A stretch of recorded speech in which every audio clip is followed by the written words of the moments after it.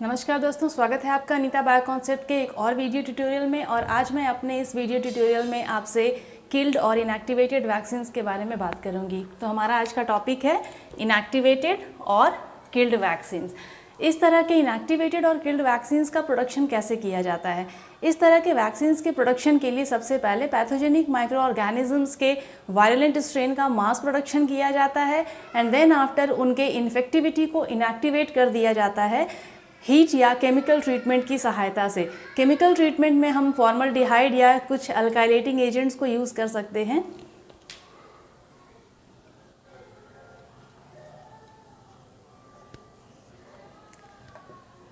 Pathogenic micro organisms के violent strains का mass production किया जाता है और उसके बाद उनके इन्फेक्टिविटी को इनएक्टिवेट कर दिया जाता है। और इन्फेक्टिविटी को इनएक्टिवेट कैसे करते हैं? या तो हीट ट्रीटमेंट देते हैं, हीटिंग प्रोसेस, या फिर केमिकल ट्रीटमेंट जिसमें फॉर्मल्डिहाइड को यूज़ करते हैं या फिर कुछ अल्काइलेटिंग एजेंट्स को भी यूज़ किया जाता है। हीटिंग ट्रीटमेंट जनरली प्रेफर्ड नहीं करते हैं क्योंकि हीटिंग प्रोसेस से क्या होता है, जो एंटीजेंस के सरफेस पे एपिटोप्स होते हैं उनके डिग्रेडेशन का, उनके डिस्ट्रक्शन का चांसेस होता है। सो हीटिंग प्रोसेस को जनरली नहीं प्रेफर किया जाता है ज़्यादा। केमिकल ट्रीटमेंट को ज़्यादा प्रेफरेंस मिलता है, it is more preferred. Okay, और ये हीटिंग और केमिकल ट्रीटमेंट के कारण जो माइक्रो ऑर्गेनिजम्स होते हैं वो होस्ट के अंदर मल्टीप्लाई नहीं कर पाते। They are unable to multiply, वो मल्टीप्लाई नहीं कर पाते हैं।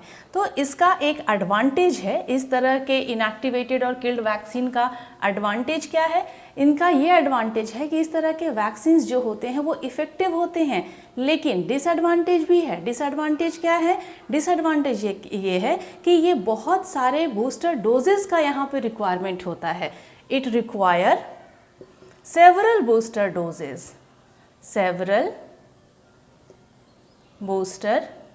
डोजेस। नॉर्मली ये सेल मेडिएटेड इम्यून रिस्पॉन्स या ह्यूमरल मेडिएटेड इम्यून रिस्पॉन्स को स्टिमुलेट नहीं कर पाते हैं। एक्चुअली मेन वे में ये ह्यूमरल इम्यून रिस्पॉन्स ही मेडिएट करते हैं, इंड्यूस करते हैं। लेकिन जब इनका हीटिंग या केमिकल ट्रीटमेंट के बाद इनके इन्फेक्टिविटी का इनएक्टिवेशन हो जाता है तो ये ना तो CMI इंड्यूस कर पाते हैं और ना ही HMI इंड्यूस कर पाते हैं। ठीक है, अब मैं आपको कुछ एग्जाम्पल्स दूंगी किल्ड और इनएक्टिवेटेड वैक्सीन्स का। जोनास सॉल्क नाम के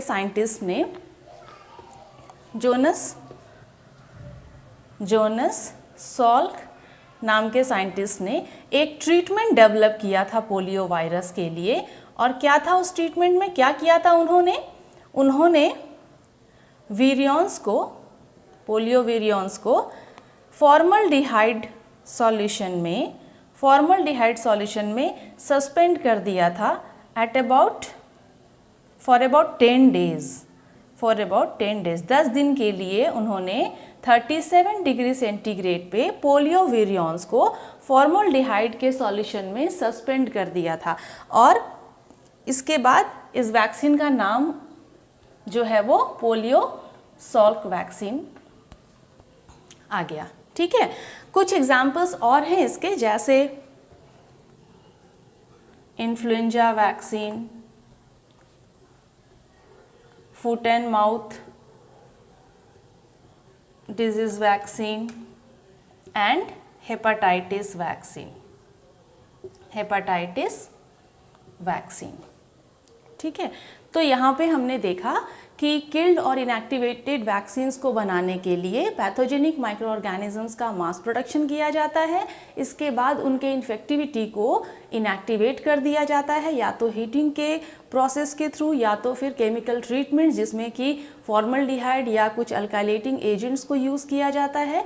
और इन दोनों ट्रीटमेंट प्रोसेस से क्या होता है, माइक्रो ऑर्गेनिजम्स जो होते हैं वो बॉडी के अंदर मल्टीप्लाई नहीं कर पाते हैं। ठीक है, इसके कुछ examples influenza vaccine, foot and mouth disease vaccine, hepatitis vaccine और polio Salk vaccine. So thank you all.